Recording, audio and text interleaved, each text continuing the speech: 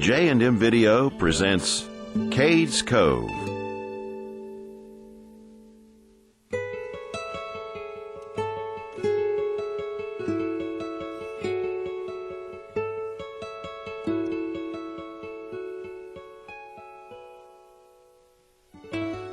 As you enter Cades Cove, you'll notice a parking area and orientation shelter on your left. Here you can find valuable information on the Cades Cove area.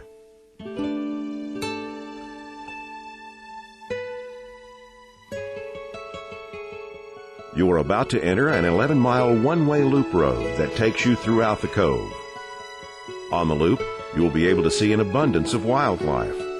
When you see wildlife, please consider the cars behind you and use pullouts instead of stopping in the roadway. The park rangers can write you a nice big ticket for stopping in the roadway. There are 2 donation boxes located on the loop. Your donations will be used to help maintain and preserve this wonderful place. About a mile into the loop, you'll come to Sparks Lane, named for the well-known Sparks family who lived in the cove. This road has been a part of the Cove road system since the 1840s. If you need to exit the cove early or want to repeat most of the loop, take this 2-way gravel road to the other side of the cove. Near the north end of Sparks Lane, you'll find the parking area for the John Oliver cabin. An easy 1/4 mile hike will take you to the historic Oliver home site. John Oliver bought this land in 1826, and it remained in his family for over 100 years. Mules, muscles, simple tools, and neighborly kindness were used to build a home. The logs were notched together and the cracks filled with mud to keep out the wind and rain. Mud was also used as mortar in the construction of the stone fireplace. A little over a mile further into the loop is the road leading to the Cades Cove Primitive Baptist Church. You may notice a clear, flat area on your left at the sharp curve. This is the site of the Cades Cove Consolidated School. All that remains today is the flat area where it once stood.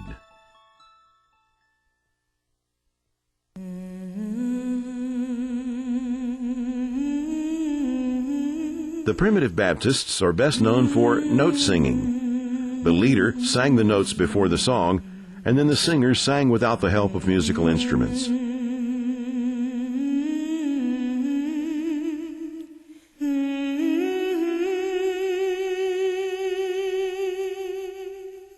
The graves of many Cades Cove original residents can be found in this church's cemetery. Shortly after getting back on the loop, you'll find the Cades Cove Methodist Church, established in the 1820s.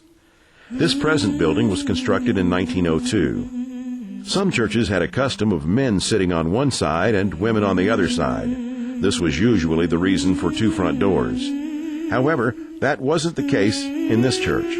The builders borrowed construction plans from a church that had 2 doors, and so the Methodists had 2 doors. This is a view of the church from about a mile away on Rich Mountain Road.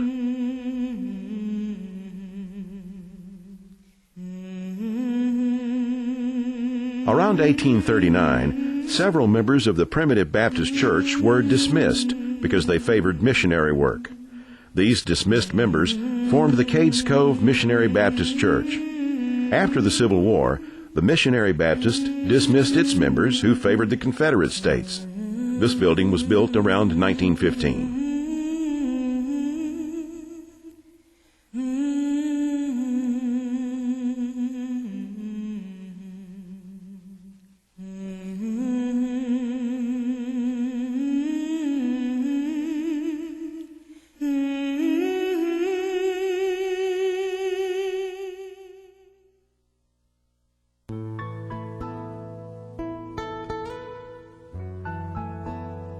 Almost directly across the road from this church is the entrance to the Rich Mountain Road.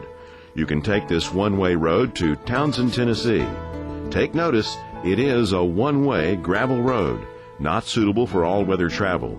And once you begin, you must go all the way through to Townsend, then come back and re-enter the cove. However, 2 breathtaking views of Cades Cove make the drive on Rich Mountain Road well worth the trip.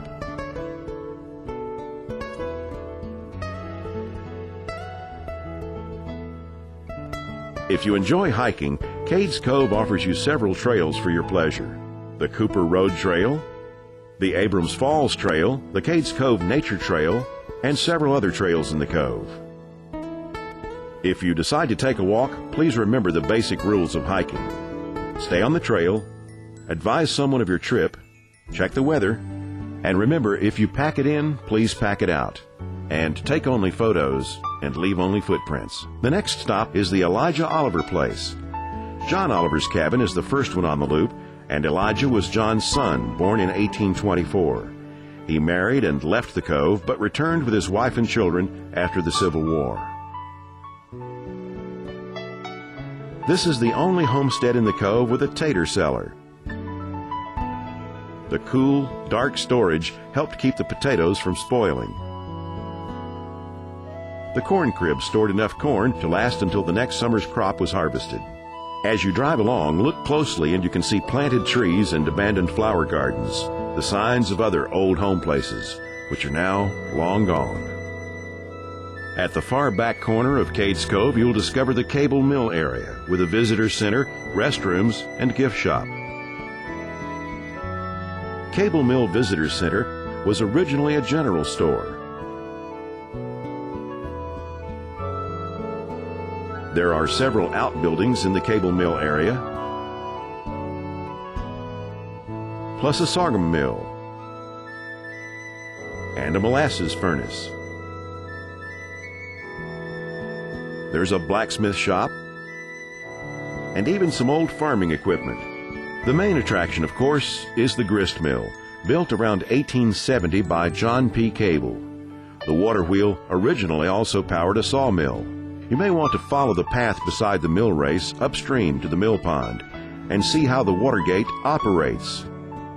To release the water, to flow down the mill race, to turn the water wheel, to turn the millstone, to grind the corn,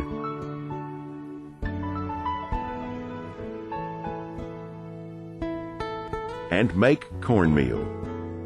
To make cornbread. Farmers from the cove grew more corn than they needed so they could sell the excess in Maryville and Knoxville, sometimes by the bushel, but often by the gallon. Our next stop along Cades Cove Loop is the Henry Whitehead place, just a short way down Parson Branch Road. Notice the two chimneys. The large cabin in the front was built onto the smaller cabin in the rear. This is the only transition cabin still standing in the cove. The logs for the main front cabin were sawn to a 4-inch thickness and jointed at the corners. Later, sawed lumber was used for construction. These two cabins exemplify both the finest and the roughest log cabin construction of the late 1800s in these mountains. It's easy to understand why settlers chose Cades Cove. The wonders of nature surrounded them everywhere.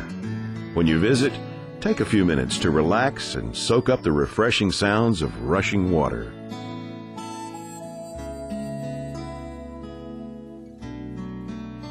As you return to the loop road, slow down or stop after about 200 yards to see the spot where the old Cable School stood.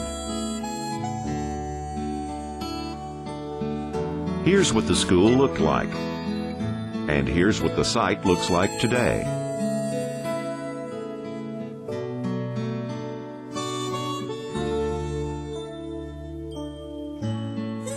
Hyatt Lane is a north-south two-way gravel road that was once a section of a Cherokee foot trail.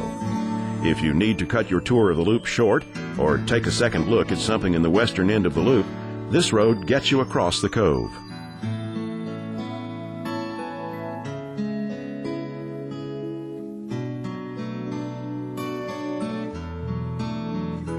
Driving down Hyatt Lane, one has to wonder if the spectacular views of the cove had an influence on the Cherokees' choice of this particular route for their footpath across the cove.